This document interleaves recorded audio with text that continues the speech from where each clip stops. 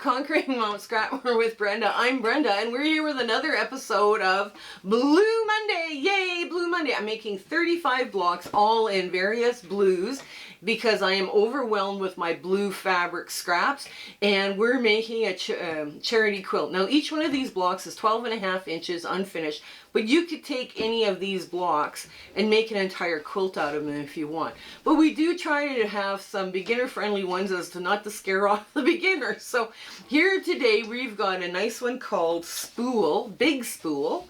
And it's going to come together really quickly, and it's easy. There's no wide seams in this one here, so that one's a really good one. Now, it's really important you get into those show notes, because there's going to be the cutting instructions and then all the information I'm going to talk about here next. Now, Shelina at Quilt and Color has been on my radar. Now, we're filming this around the beginning of October, so I'm not sure when this video is going to drop, but give her a shout out. She doesn't know this is coming. Give her a shout and say, hey, Brenda from Conquering Mount Scrapmore sent you, so that she knows that people are out there looking at her and going, yeah, wow, she's good. Yeah, like this, let's do this. And I say, if you like what you see over there, please hit her subscribe button. Also, share, like, and subscribe our videos as well as hers with your friends and, other quilting groups, because that's really important that we get the word out here that we're doing something a little different than what everybody else is doing and giving away a lot of free patterns. So that's really important. Now, her YouTube link is going to be in the show notes below, as well as hopefully the date for the Chaos Sew Along, because Chaos Sew Along is our next big sew along. We've reworked our pattern a bit, so we have it's going to be great to use up all your colored scraps, because it works on color or low volume, right? So it's going to be a good scrap buster for you guys. Now, once we figure out when that is dropping, then we will be putting in the show notes the date it will drop, but it is coming. Also, we have a Facebook group. Now, that Facebook group, if you're part of the Facebook community already and have a Facebook account, please come join our Facebook group. We're warm and welcoming. We grow very quickly. We have all sorts of community chats, including fabric exchange by country. We, Thankful Thursday, Saturday snippets. We also do free patterns. The members go out into the internet and they find where free patterns are. And we also have admins that are, looking for free patterns too for you. And we do all sorts of things in there, and they're a lot of fun. Plus, we do, show quilts, ask for advice, all the rest of the stuff. So we have a good time in there. It's a really great group. Also, what you're going to find in the show notes is our Zoom sew dates that we have for everybody on YouTube. And it's once a month. Usually it's the first Saturday of the month. But it's from now until the end of December. But as I look at my 2005 catalog or calendar, I will be putting in those dates as well, so you can put those dates on your calendar. Now, if you don't feel like sewing that day when it's there and you want to come to the Zoom sew date and you want to bring your cross stitching, it's fine. It's a great place to come hang out and just have fun. I speak for free, just about forgot this, to quilting groups and quilting guilds, and I talk about elements of design, making quilts out of your scrap fabric, and making charity quilts. So if your group or guild is looking for that kind of topics to present to their members, I do it over Zoom only do it over Zoom. And I, because I don't do a lot of traveling anymore, and I don't have like 300 pounds of quilts to lug around the countryside. So, and I try to keep the cost down for the guilds as well as my own costs. So, but we have a lot of fun with those speaking engagements. I have met so many talented quilters all over, and it's been wonderful. It's just been a blessing for me. So I think that's it. Yes, come on in, and we'll get to the sewing here for Big Spool. Okay, we're at the sewing machine. And the first thing we're going to do is sew on those stitch and flip corners. That's the hardest part of this block, right? And you're sitting there, wait a minute, that's not hard. I know, it's the hardest part of this block. That's what I said.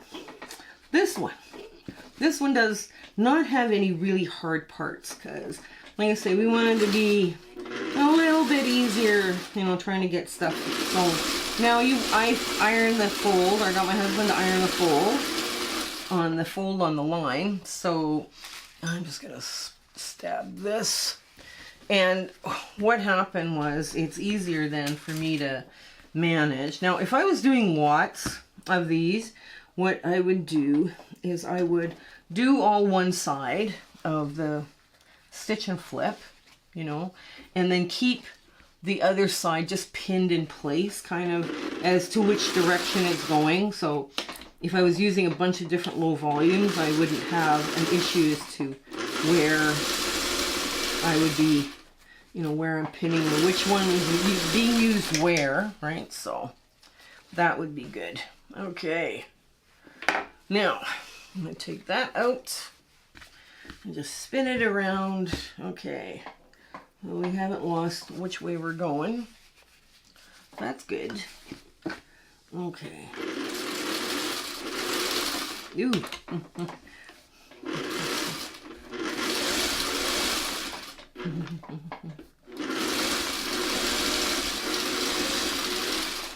Here. Just every once in a while I get one that just like does something dumb. Okay. So this goes like this. And now, okay.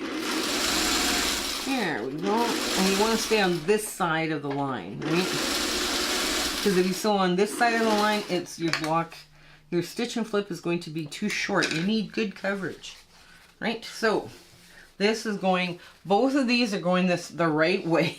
So now we're just going to cut off the part that we don't need. Okay, and this is good coverage. So, okay.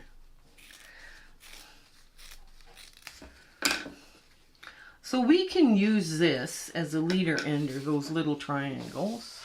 Say, right like that. Okay, yeah, that's what we're gonna do.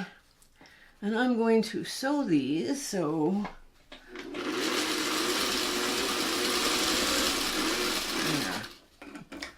there we go. Just one. That's what this one looks like. They're both going in opposite directions. And I got good coverage. Yes, I do. Let's take a quick check. It doesn't take long to check these, by the way. Now, when you're sewing these triangles, try and make sure you sew them all the same way. And you come up with a little bit different design. Okay, there. So now, here we go. We've got this. So what we're going to do is now work on this part here. And we're going to get our 1/4 inch foot out. There. Ay, ay, ay. And just slip it in underneath. There we go. Yeah. Okay. So the first thing we're going to do is sew on one side and then the other side.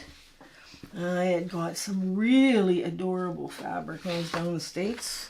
This bubble print, these bubbles, oh my gosh, they're adorable. Adorable, adorable. And I think the line now has discontinued because it was older. And such a nice print. Such a gorgeous print. Oh, we're going to sew another one of these. Okay. And then we flip this over and we put the other side on. Right? There. And go.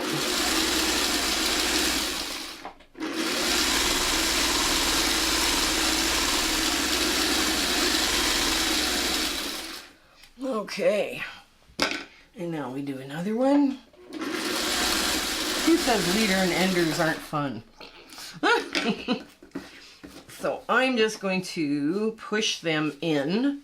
So I'm pressing it to the medium. So what I'm going to be doing is pressing it to the medium because the other one is pressed out. So I want to press this one in. So I have kind of a nesting thing going on. So the first thing we're going to do is we're just grab the top. It doesn't matter if it's top or bottom. Okay, we're just going to put this like so and get rid of this. There. All right. So now we just want to lay this down here, like so. Okay, now this should match up perfect. Okay. And now you match up the ends, the other end, and you just sew on.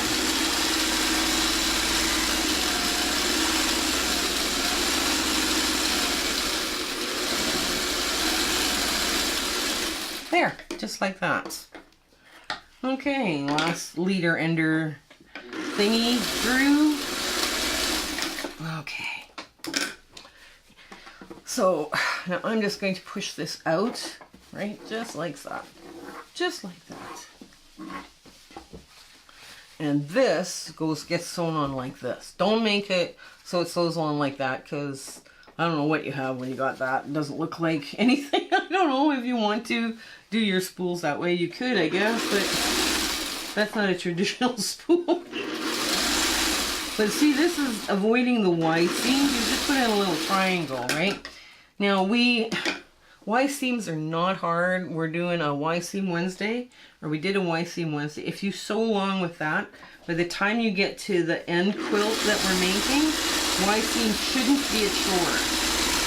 You know, and you just, the more of them you do, the better you get at them.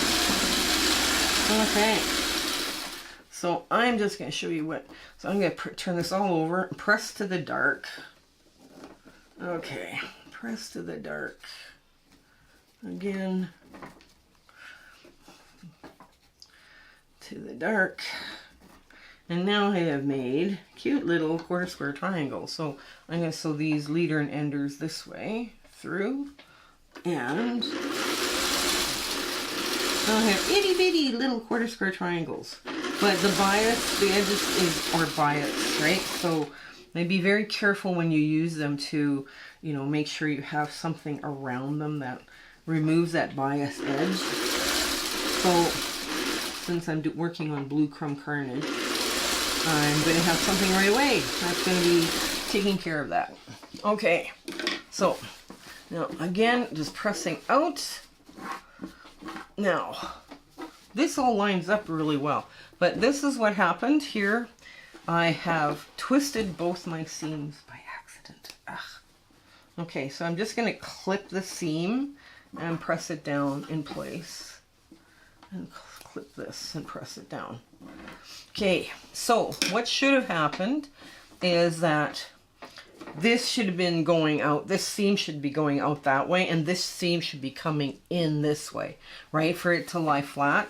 I twisted it, so I just clipped up to, but not including the stitch line, right? So I've got like a few threads, I'm probably like 4 or 5 threads away from the stitch line, and it will make this lie flat in the back because it's been clipped. Okay, let me give this a good iron, and I'll get these off, and we'll give them a good press as well. And when I do with these, these would go into my crumb bin for blues, these little things, because they either need squaring up to a normal size, or I can use them as a crumb. So there's one and there's the other.